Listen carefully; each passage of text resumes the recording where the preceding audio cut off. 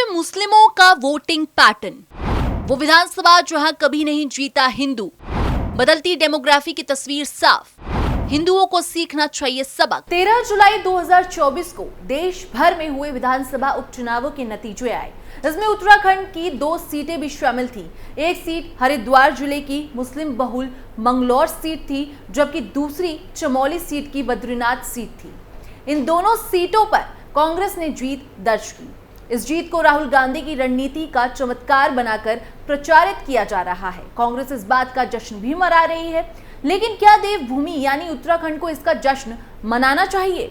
इस सवाल का जवाब आपको आगे वीडियो में जरूर मिलेगा। चलिए शुरू करते हैं। नमस्कार, आप देख रहे हैं कैपिटल टीवी और मैं हूं आपके साथ पारुल त्रिपाठी। उत्तराखंड के मंगलौर के इस चुनाव ने उन लिबरल आलोचकों के मुंह पर ताला लगा दिया होगा, लगा देना चाहिए, जो लगातार मुस्लिम प्रतिनिधित्व की बातें करते हैं। मंगलौर के नतीजों ने यह साफ कर दिया है कि जब सीट पर मुस्लिम आबादी 40% के निशान को पार कर देती है, तो यहां से हमेशा लगभग मुस्लिम को ही जीत मिलती है। यह मुसलमानों के उस वोटिंग पैटर्न को स्पष्ट करता है जिसमें वो अपने समुदाय के उम्मीदवार को जिताने के लिए एकजुट हो जाते हैं। जैसे कि हैदराबाद सीट पर 1984 से 2024 तक के लोकसभा चुनाव में ओवैसी परिवार को कोई हरा नहीं पाया। असदुद्दीन ओवैसी के पिता सलाउद्दीन ओवैसी 6 बार हैदराबाद से चुनाव लड़े और हर बार जीते। उनके बाद से असदुद्दीन ओवैसी जीत रहे हैं। असदुद्दीन ओवैसी 2004 से सांसद हैं। हर बार उनकी जीत का अंतर पिछली बार से ज्यादा रहा है। अब हैदराबाद में AIMIM के हमेशा आगे रहने की वजह यह है कि कुल 19.5 लाख वोटर्स में से 11.5 लाख मुस्लिम हैं, यानी लगभग 60% वोटर्स हैं जो AIMIM के कोर वोटर्स हैं। वही बात करें राहुल गांधी के वायनाड के चुनाव लड़ने की और जीतने की वजह भी बताएं तो इस लोकसभा क्षेत्र में मुस्लिमों की आबादी करीब 40% बताई जाती है। इसी के साथ बंगाल में चुनाव के दौरान बड़ा फैक्टर मुस्लिम समुदाय है। 2011 की जनगणना के मुताबिक पश्चिम बंगाल में 27.1% मुस्लिम आबादी है और 2024 के लोकसभा चुनाव में बंगाल में TMC और कांग्रेस का दबदबा भी रहा है। इन सारे आंकड़ों से साफ पता चलता है कि किस तरह मुस्लिम वोटर्स एकता दिखाते हैं। अब बात उत्तराखंड की उस विधानसभा की करते हैं जहां से आज तक कोई नहीं जीता है हिंदू उम्मीदवार, और परिणाम से भी ये सबक हिंदुओं को मिलता है। वो विधानसभा क्षेत्र जहां आज तक नहीं जीता कोई हिंदू। उत्तराखंड की मंगलौर सीट पर भाजपा की हार मुस्लिमों के विशेष वोटिंग पैटर्न की ओर ध्यान दिलाती है। 2011 की जनगणना के आंकड़ों के अनुसार मंगलौर लगभग 90% मुस्लिम आबादी वाला शहर है। मंगलौर विधानसभा क्षेत्र में लगभग 45% मुस्लिम मतदाता हैं, जबकि 20% अनुसूचित जाति के मतदाता हैं।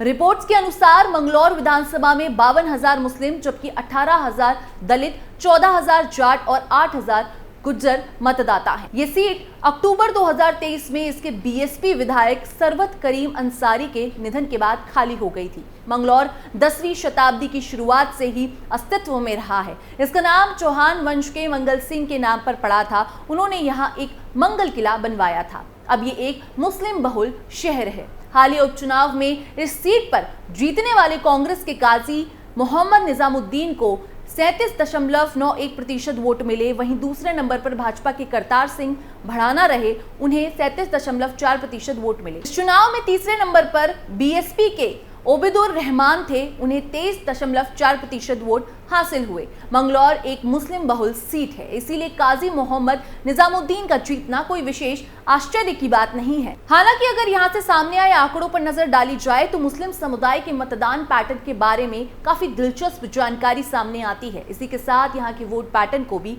समझ लेते हैं। मंगलौर से कभी नहीं हुई गैर मुस्लिम की जीत। उत्तराखंड की डेमोग्राफी की बात करें तो 2011 की जनगणना के मुताबिक मुस्लिमों की बात करें तो राज्य में 13.95% लोग मुस्लिम हैं, यानी कुल मिलाकर यहाँ के जो 14 लाख से अधिक मुस्लिम हैं। जिलों के आधार पर बात करें तो उत्तराखंड के हरिद्वार जिले में 34.28% मुस्लिम हैं। जिला देहरादून के कई गांवों में अब तक करीबन 9% मुस्लिम आबादी हो चुकी है। 2002 से लगातार मंगलौर सीट से कांग्रेस और बसपा के मुस्लिम उम्मीदवार ही जीतते आ रहे हैं। 2024 में इस सीट से कांग्रेस के टिकट पर जीत दर्ज करने वाले निजामुद्दीन 2002 में बसपा के उम्मीदवार थे। 2002 में भी काजी निजामुद्दीन ने 40% वोट पाकर जीत दर्ज की थी। इस चुनाव में दूसरे नंबर पर कांग्रेस से सरवत करीम अंसारी रहे थे, उन्हें 27.5% वोट मिले थे। 2007 में भी यही सिलसिला दोहराया गया था और निजामुद्दीन ने अंसारी को पटकनी दी थी। इस बार निजामुद्दीन को 37% वोट मिले थे। इस चुनाव में दूसरे नंबर पर रालौद के कुलबीर सिंह रहे थे। 2012 में काजी निजामुद्दीन ने बसपा छोड़ दी और कांग्रेस में शामिल हो गए थे। इसी सरवत करीम अंसारी बसपा में आ गए थे और उन्होंने 2012 चुनाव में निजामुद्दीन को पटकनी दी थी। सरवत करीम अंसारी को इस चुनाव में 34.3% वोट मिले, जबकि काजी निजामुद्दीन को 33.7% वोट के साथ दूसरे नंबर पर रहे थे।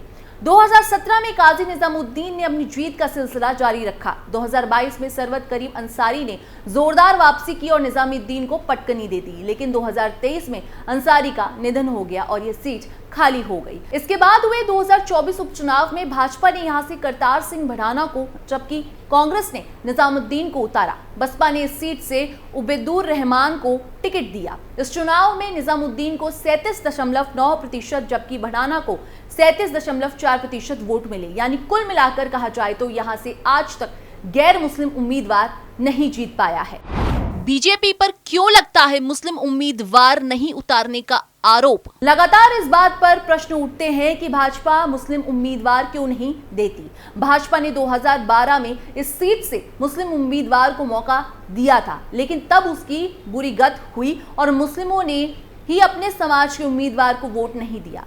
ऐसे में इससे साफ होता है कि मुस्लिम वोटर्स केवल अपने समुदाय से उम्मीदवार ही नहीं, बल्कि वो उम्मीदवार चाहते हैं जो हमेशा उनके ही पक्ष में बोले। ऐसे में यदि कोई पार्टी बिना तुष्टीकरण की राजनीति के मुस्लिम उम्मीदवार उतारती भी है तो वो भी हार जाएगा। ये पैटर्न निश्चित रूप से भाजपा के लिए भी सबक है। उनके 2012 के प्रदर्शन और 2024 के प्रदर्शन में अंतर स्पष्ट रूप से इस बात का संकेत है कि हिंदू समुदाय से बनाया गया उम्मीदवार उन्हें अच्छे नतीजे दे देगा, लेकिन मुस्लिमों को आगे करने से उन्हें कोई फायदा नहीं होने वाला। भाजपा ने 2022 में मुस्लिम बहुल सीट पर जीत के लिए मुस्लिम वोट बटोरने की सोची, लेकिन इसका नतीजा सामने आ गया। ना उसे मुस्लिम वोट ही मिले और हिंदू वोट भी उससे छिटक गया। वहीं जब उन्होंने एक हिंदू उम्मीदवार को मैदान में उतारा, तभी सीट पर भाजपा के पक्ष में हिंदू वोटों का अभूतपूर्व एकीकरण हुआ। रिपोर्ट्स के अनुसार डेमोग्राफिक परिवर्तन का खतरा मंगलौर के हिंदुओं पर भारी पड़ रहा है और इसीलिए वो इन उपचुनावों में भाजपा के पक्ष में एकजुट हो गए। इसके अलावा भाजपा ने इस बार करतार सिंह भड़ाना को मैदान में उतारकर अपने जातिगत समीकरणों को भी साथ दिया है। मंगलौर उत्तर प्रदेश की सीमा पर स्थित है, इसीलिए हरियाणा के एक उम्मीदवार ने मंगलौर के हिंदुओं को आकर्षित किया। इसी कारण से उसका हार का अंतर घटकर मात्र 422 वोट रह गया। मंगलौर के परिणामों से यह साफ है कि हिंदू एकीकरण के साथ साथ अगर जाति का मामला सही ढंग से समझा जाए तो भाजपा मुस्लिम वोट बैंक की राजनीति को पटकनी दे सकती है। मुस्लिम वोट बैंक की राजनीति विपक्ष को बहुत अच्छे से आती है, तभी शायद हाल ही में बिहार में फिलिस्तीन के झंडे फहराए गए, तब भी विपक्ष एकदम शांत है। और जब असदुद्दीन ओवैसी ने संसद में जय फिलिस्तीन के नारे लगाए थे, तब भी विपक्ष से इस मुद्दे पर कोई आवाज नहीं उठाई गई, क्योंकि शायद विपक्ष वोट बैंक खराब नहीं करना चाहता है और इसका असर उन्हें कुछ सीटों पर फायदे के तौर पर दिख भी गया है। वहीं इस कदम को देखते हुए हिंदुओं को भी वोट बैंक के खेल को समझना चाहिए और एकजुट हो जाना चाहिए। इस खबर में बस इतना ही। बाकी देश और दुनिया की तमाम खबरों के लिए आप देखते रहिए कैपिटल टीवी।